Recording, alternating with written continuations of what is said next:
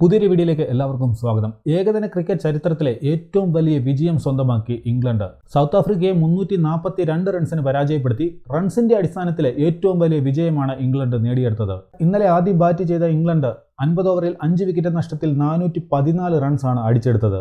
ജാമി Smith 48 പന്തിൽ 62, Ben Duckett 33 പന്തിൽ 31, Joe Root 96 പന്തിൽ 100, ജേക്കബ് ബെദൽ 82 പന്തിൽ 110, ജോസ് ബട്ട്ലർ 32 പന്തിൽ 62, വിൽ ജാക്സ് 8 പന്തിൽ 19 എന്നിവരായിരുന്നു അവരുടെ പ്രധാന സ്കോറർമാർ. മറുപടി ബാറ്റിംഗിന് ഇറങ്ങിയ സൗത്ത് ആഫ്രിക്ക വെറും 72 റൺസിന് ചീട്ടുകൊട്ടാരം പോലെ തകർന്നു വീണു. ക്രിസ്റ്റൻ സൺസ് 22 പന്തിൽ 10 റൺസും, കോർബിൻ ബോഷ് 32 പന്തിൽ 20 റൺസും, കേശവ് മഹാരാജ് 17 പന്തിൽ 17 റൺസും നേടി. ഈ 3 പേർക്ക് മാത്രമേ അവരുടെ നിരയിൽ രണ്ടക്കം കടക്കാൻ സാധിച്ചുള്ളൂ. അങ്ങനെ വെറും 20 ഓവറിൽ 72 റൺസിന് അവർ ഓൾ ഔട്ടായി. ഇംഗ്ലണ്ടിന് വേണ്ടി ജോഫ്ര ആർച്ചർ 9 ഓവറിൽ 18 റൺസ് വഴങ്ങി 4 വിക്കറ്റുകളാണ് പിഴുന്നത്.